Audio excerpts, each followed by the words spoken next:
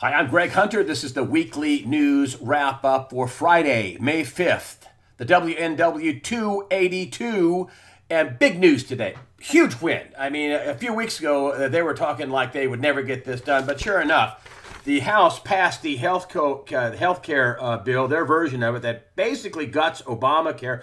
Trump celebrates with GOP lawmakers at White House after House passes Republican-backed health care bill. Now, there's a lot of sausage to be made at the Senate, but the House leaders, they're going to talk with the Senate leaders.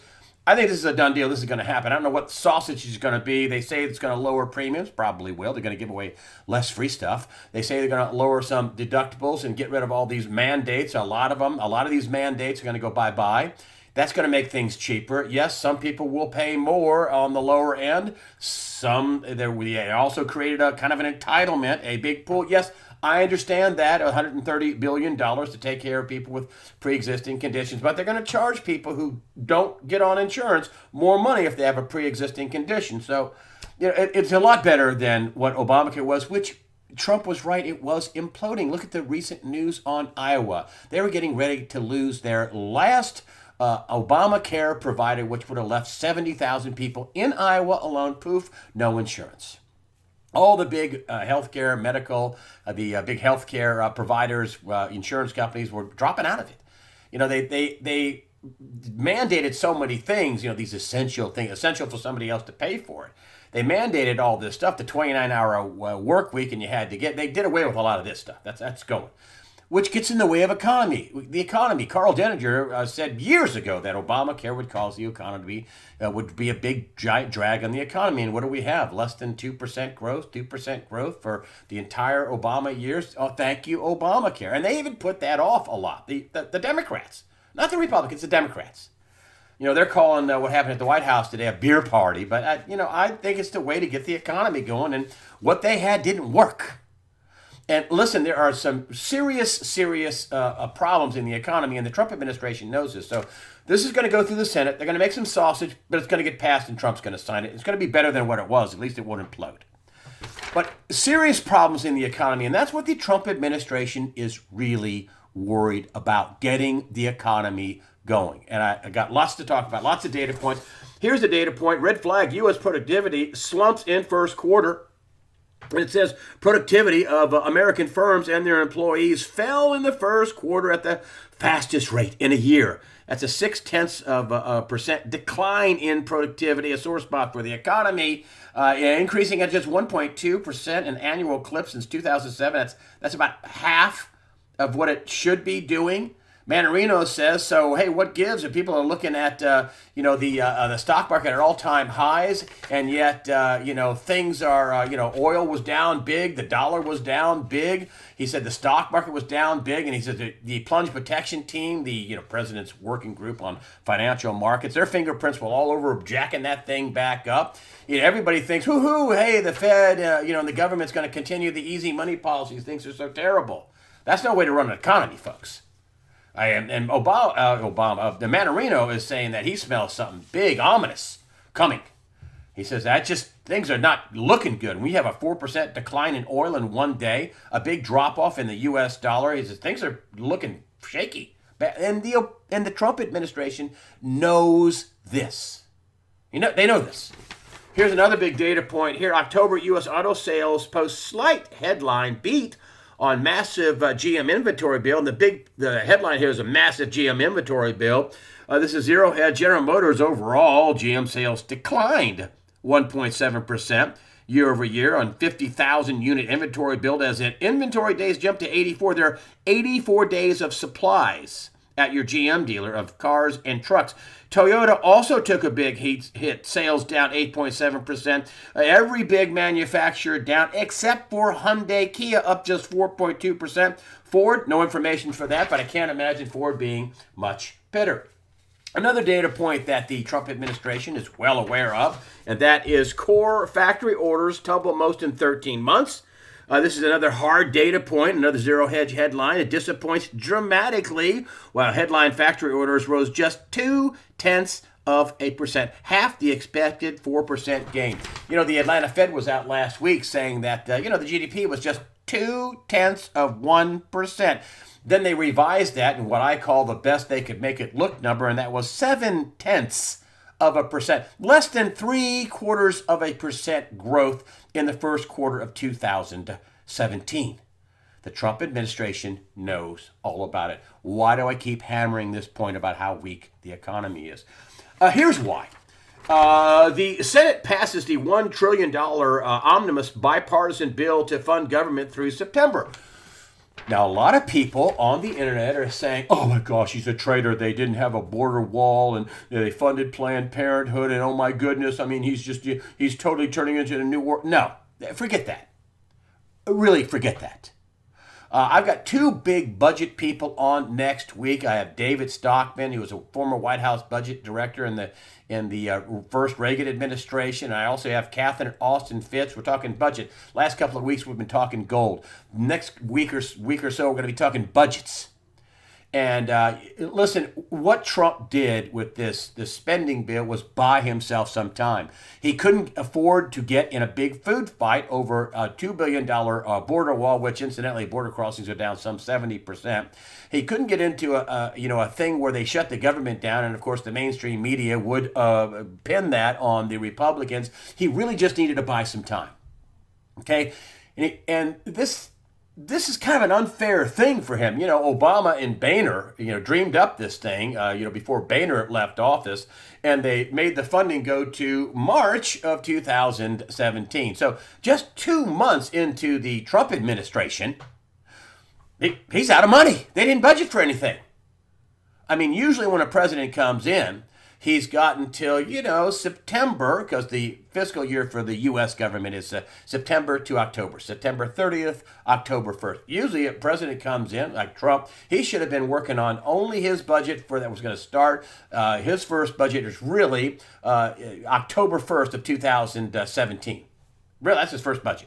That's the 2018 fiscal year budget, October to September.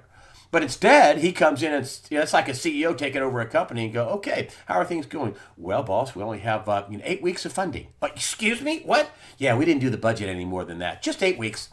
So my read on this is that, listen, Trump just sucked it up, said, okay, fine. Fine, don't give me any money for the border wall. I'll give me some money for the military. I'll take some money for, more enforcement, which is working. And, okay, fine, I'll get into this in my budget, which he's going to be producing. He bought himself some time. And he got this big cluster, dumped on him, that Obama and Boehner dumped on him instead of funding it through September of 17. Nope. He came in with 2 months of funding. So that's what's up with that. I don't think he's crossed over to the dark side. He's selling out everybody. I think that's totally, he's saving his powder to fight another day. That's what I think he said. Another data point that I wanted to bring up, too, and it really strikes at the bond market, and this isn't just a data point, a small little monthly data point. It's really a canary in the coal mine data point. Now, I wanted to bring this up, and nobody seems to be talking about this. Not a big deal. Making sense of Puerto Rico's bankruptcy. I mean, Puerto Rico, our territory, which could have been and long talked about as being the 51st state, is filing for bankruptcy. Now, I've been telling you it's $72 billion, but I was wrong. It's $74 billion that they've stopped making payments on. On top of that, and let me just bring this in here. This is the USA Today article. Let's get it. Let's see if we can get it to focus in here. On top of that, there we go. There's a $74 billion in debts, and $49 billion in pension liabilities. $49 billion, $74 billion in debts, and $49 billion in pension liabilities. What is that, $123 billion? They filed for a type of a Chapter 9 like Detroit or Stockton, California, but, they're going to, the Supreme Court, John Roberts, is going to appoint a judge to oversee this. Guess what's going to happen in that proceeding? A lot of people are going to not get paid back their money. A lot of these, that $74 billion is held by hedge funds and also mom and pop people that thought, I'm buying sovereign debt. They'll never default on that. What did Martin Armstrong said? Really, sovereign debt's the worst. They can just change the law and you can't come after their assets like a company. And then you have the pensioners, $49 billion in pension obligations. Think they're going to be cut dramatically? Yeah. Yeah, they're going to be cut dramatically. I mean, the state I live in, North Carolina, has 10 million people. Puerto Rico has 3.5 million people, roughly, or maybe less than that, maybe 3 million, because a lot of people have been leaving. But they have 10 million people in North Carolina, 60 billion in pension obligations, but we only, North Carolina has a few $1 billion, outstanding in debt. Puerto Rico, 74 billion in outstanding debt, and on top of that, 49 billion in pension obligations, with a population of, let's just say, 3.5 million, or maybe less than that. Not going to get paid, folks. That's the canary in the bond coal mine. You buy sovereign debt, people think, well, they can just raise taxes. They can just print money. Well, Puerto Rico can't. And there's a downside to just printing money when you liquefy, the trillions and trillions of dollars and euro bonds and yen and yuan and you name it, reals. I mean, you print tons of money, your currency turns to confetti.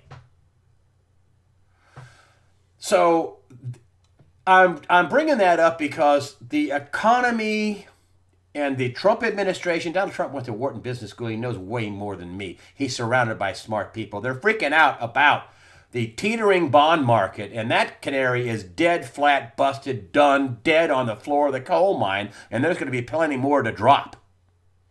And all these people aren't going to be made whole and bailed out. Can't be, not enough money, and you can't print that much money or else everybody's money would be worthless. So that ain't going to happen either. And this is why that Donald Trump, in my humble opinion, choked it down and signed the $1.1 trillion bill and funded Planned Abortion Hood and didn't get the border wall and, whatever. He got some stuff, but he's good till September.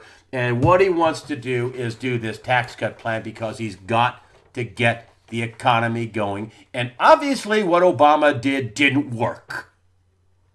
And what is his goal for his tax plan? Grow the economy and jobs. That's what bringing back this, $2.5 to $3 trillion. Some people say maybe even more than that at a really super low rate so people can put it to work here. Simplify the tax code. Also, say, hey, listen, you don't get all the deductions, but a married couple gets a $24,000 deduction. Wow, you don't need to itemize for most married people. They won't have to do that. And then make the USA business friendly. And Trump even choked down a H-1B2 exception of bringing in some more foreign workers. The next time we have a budget fight, that's why he's talking about shutting down the government and changing the rules in the Senate. That's where the rubber is going to meet the road. His budget, not some stopgap thing. We'll find out what that is. The other thing, too, is globally, things aren't going well. Kyle Bass, is a very famed, renowned money manager, warns all hell is about to break loose in China. I also saw this story on jsmindset.com. And, of course, our friend Bill Holter, his two-word commentary with a question mark was, only China?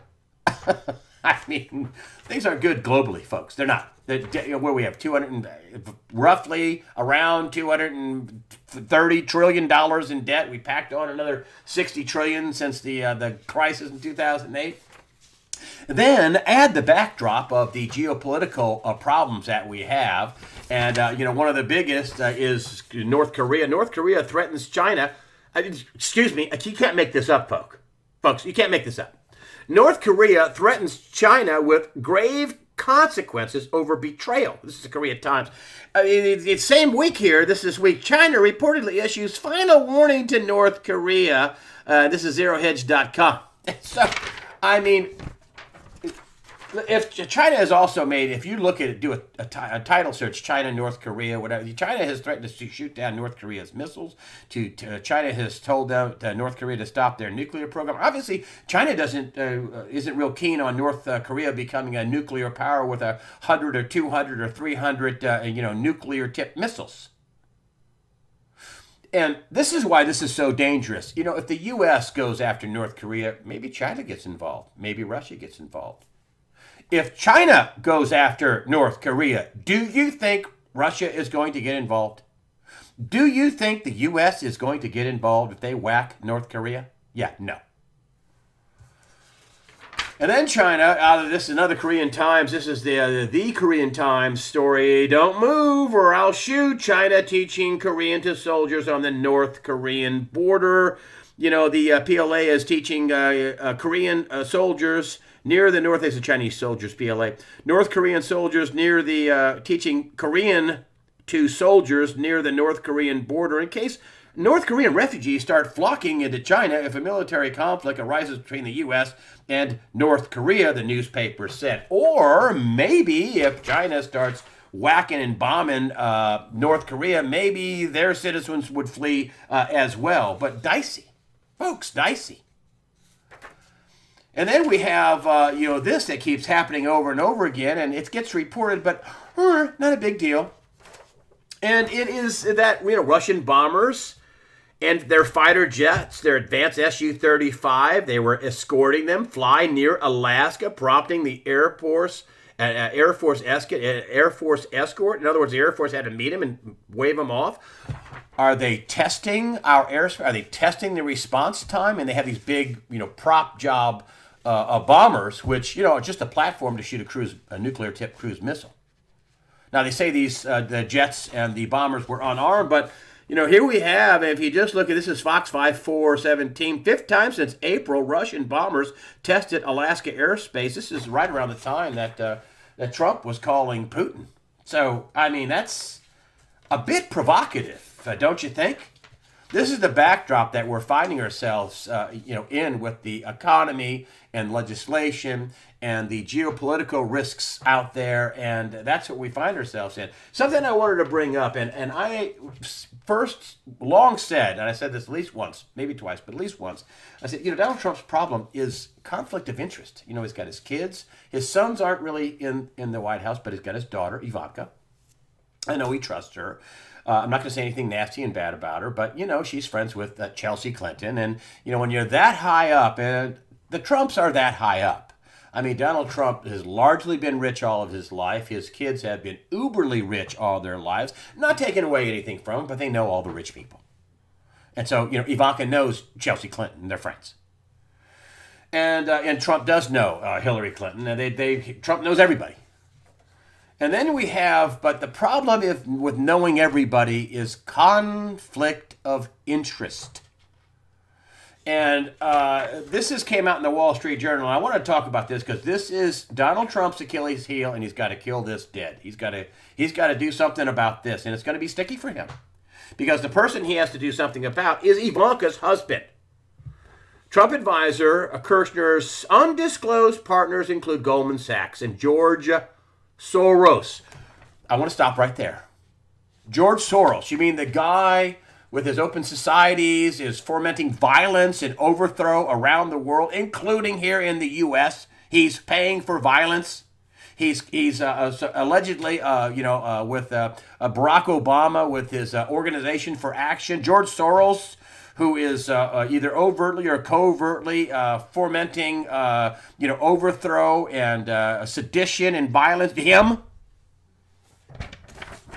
This is a problem for Donald Trump, and this is Ivanka's husband, Jared Kushner. And this is, let me just move on here. This is the Wall Street Journal, 5317. Jared Kushner, the president's son-in-law and senior advisor. This is Trump sent him over to the Middle East. He's one of his top guys, is currently in business with Goldman Sachs Group Incorporated and billionaires George Soros and Peter Thiel, according to people familiar with the matter in securities filings. Now, supposedly, he hasn't broken any laws, they think. So I'm not talking about any law breaking here whatsoever. I'm talking about the appearance of corruption, the appearance of conflict. And then we go down here to Kushner also failed to identify debt, according to the Wall Street Journal, identify debt of more than $1 billion from 20 lenders and personal guarantees to pay more than $300 million of that, according to the Journal. That's a big number, folks. We're talking about, 1,000 million, $1 billion. Oops. Supposedly, according to his attorney, he did disclose it, and it said it was part of his business called Cadre. supposedly. But I'm not talking about the legal aspect of this. I'm talking about the appearance aspect of this. Not the legal aspect. I'm not saying he broke any laws. But the appearance, I mean, this is, big. And he still owes money to Bank of America, Blackstone Group, Citigroup, UBS, Deutsche Bank, the guys that rigged the gold market and just paid a $150 million fine, more than $150 million fine, Deutsche Bank for allegedly rigging the Forex market, and RBS, all of which were not disclosed according to the Wall Street Journal. So, there's a lot of things that I could speculate on how this could be a huge conflict of interest when you're talking about, you owe $1 billion to multiple entities. Let's say that we wanted to go after, a Bank of America that may have done something hinking like Wells Fargo. I'm not saying they did. I'm saying let's say they go after him, and then he gets a phone call from the CEO of Bank of America and says, Jared, man, you got the president's ear. Tell him to tell Jeff Sessions and knock it off. Then Trump's in a terrible position because, if he tells, Jared Kushner, listen, you can't be in the White House anymore, I'm sorry. And then Ivanka, what's she going to, Daddy, I don't know. I've never seen this before. Yeah, we have in a way. Kennedy and John F. Kennedy and Robert Kennedy was his Attorney General, in a way. I don't begrudge these folks being consultants or staff people to Donald Trump because he trusts them, and he's in an area where he doesn't trust a lot of people, but the appearance of conflict with Jared Kushner is real and large and reported by the Wall Street Journal. And I worry about that. And I worry about that for President Trump. I worry about that. Just thought I'd make you aware of that. So here we have Trump marks National Day of Prayer, signs executive order on religious freedom. What was he doing? Let me tell you what I think he was doing. The LGBTQ, whatever it is, the gay and lesbian and transsexual communities, they say that, this is going to, pave the way for, that you can discriminate against, people of their sexual orientation and whatever. I don't think so. I think it makes it clear that Christians don't have to participate and they shouldn't be penalized for it. If you want to get married, fine. In my state, they passed a law that said that if somebody wants a marriage license and that a Christian doesn't have to do it, that they just have to have somebody else in the office to do it. And you know what? That's gone pretty well. Everybody's happy. Everybody's accommodated. But what this really does, this National Day on the National Day of Prayer, he signs this executive order. He frees the pulpit. This happened in the Johnson administration where they said, religious leaders can't be talking about their political preferences, which are usually Republican, because what did Donald Trump say today? Your religious freedom is God-given, not government-given. And they used to threaten preachers with losing their tax-exempt status. Not anymore. That ain't gonna happen. That's huge. That is a huge deal that Donald Trump is basically taking the muzzle off of religious leaders in America to talk politics and religion if they desire without fear of losing their 501c3 status or 501, whatever, their tax-exempt status. I think it's 501c3. But anyway, their tax-exempt status. So that's a huge deal. I love he said that our religious freedom, which is, he also brought this up. They said it was the First Amendment in the Constitution: freedom of speech, freedom of religion. That's huge. Freedom of the press, huge, big. And him, signing this executive order on the National Day of Prayer sends a powerful, powerful message to all. That's the way I see it. I'm Greg Hunter. Thank you for supporting USAWatchdog.com with your comments and your donations. That helps us out. And remember, fear not. Prepare yourself mentally, physically, above all spiritually. God the Father and His Son, Jesus Christ, are firmly in charge. Thank you for supporting us.